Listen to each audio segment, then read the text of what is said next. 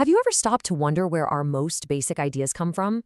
You know, things like logic or science, or even what it means to live a good life. Well, it turns out a huge chunk of it all traces back to one single mind, Aristotle. I mean, what if the very way you structure an argument, the way a scientist tackles a problem, or the way we all think about what a flourishing society looks like, what if all of that could be traced back to one person? For a huge part of the world, that person is Aristotle. See, he didn't just have good ideas. He created the actual systems for how to have ideas in the first place. So let's dive in, right at the beginning of his story. To really get a handle on his incredible impact, we first have to understand the man himself and the huge intellectual break that really set him off on his own unique path. Okay, so Aristotle was born way back in 384 BCE. His journey eventually took him to Athens, which was pretty much the intellectual center of the universe at the time. For about 20 years, he was the star student at Plato's famous academy. But when Plato died, Aristotle's path took a sharp turn. He traveled, he famously tutored a kid who would grow up to be Alexander the Great, no big deal, and then he came back to Athens to start his own school, the Lyceum, basically a rival to his old stomping grounds. Now this is where things get really interesting. This is the fundamental split from his teacher Plato. You see, Plato was all about an ideal, unseen world of perfect forms. He thought you found truth just by thinking really, really hard. But Aristotle? Nah, he was an empiricist. He believed that knowledge starts with what we can see, what we can touch, what we can observe in the world right in front of us. This shift from the abstract ideal to the concrete, messy real is honestly one of the most important moments in the history of human thought. And that focus on the real, observable world, well, that led directly to his greatest contribution of all, a system for making sense of everything. He literally wrote the instruction manual for how to reason. Think about this for a second. Aristotle was the very first person to develop a formal, repeatable system for reasoning. We call it formal logic, and the core idea is absolutely revolutionary. A good argument is good because of its structure, not what it's about. The structure itself guarantees the conclusion, as long as your starting points are true. It's wild. And this is the perfect illustration of his method. It's the classic syllogism. You start with a big, general rule. All men are mortal. Okay. Then you add a specific, verifiable fact. Socrates is a man. Right. Well, if both of those things are true, then the conclusion that Socrates is mortal is absolutely undeniable. It's like a machine for producing truth. You can swap Socrates out for anyone else, and the logic, the structure, still works perfectly. So here's the kicker. This combination of carefully observing the world and then applying this kind of rigorous logic to what you see.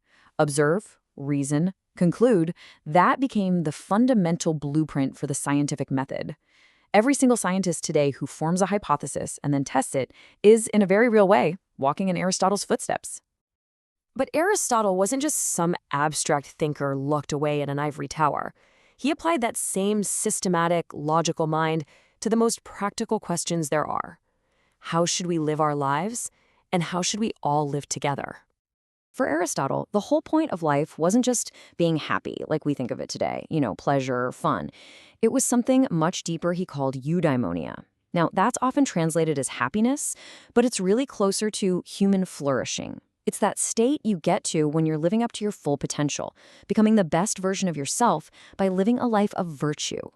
So, how do you get there? Well, for Aristotle, it was all about finding balance. His most famous ethical idea is the golden mean. Virtue, he said, is almost always the perfect midpoint between two extremes. For example, courage is the mean between being reckless on one side and a coward on the other. Generosity is the mean between being wasteful and being stingy. It's all about finding that sweet spot, not too much, not too little. And this idea of balance scales right up into his politics. He saw the state not just as a bunch of individuals, but as a kind of living organism. Every single part, the citizens, the laws, the schools, had to work together in harmony for the health of the whole body, for the common good. This idea that a government's job is to help its citizens flourish is basically the philosophical DNA of modern democracy. So he laid the groundwork for science, ethics, and politics. But the sheer scale of his influence over the centuries, it is just mind-boggling. It's a legacy that didn't just last, it became the very bedrock for how we think. Get this number, 31, Aristotle was a writing machine. He wrote as many as 200 different works on everything you can imagine. But guess how many survived today? Just 31. And a lot of those are basically his unpolished lecture notes. And still, those 31 texts were enough to completely change the world. You can literally trace a direct line from his ideas straight through history. In the Middle Ages, you have thinkers like Thomas Aquinas, blending Aristotle's logic with Christian theology. Then, during the scientific revolution, Isaac Newton is building on that same logical deductive tradition. Even Einstein's work on causality has roots in this ancient Greek framework. His influence is just everywhere. And it wasn't just philosophy. In fields like biology, his work was so thorough, so systematic, that the 19th century biologist Richard Owen said it was like zoology just sprang fully formed from Aristotle's head. He basically invented the scientific study of life, and it took almost 2,000 years for anyone else to even come close. It really creates this powerful contrast, doesn't it?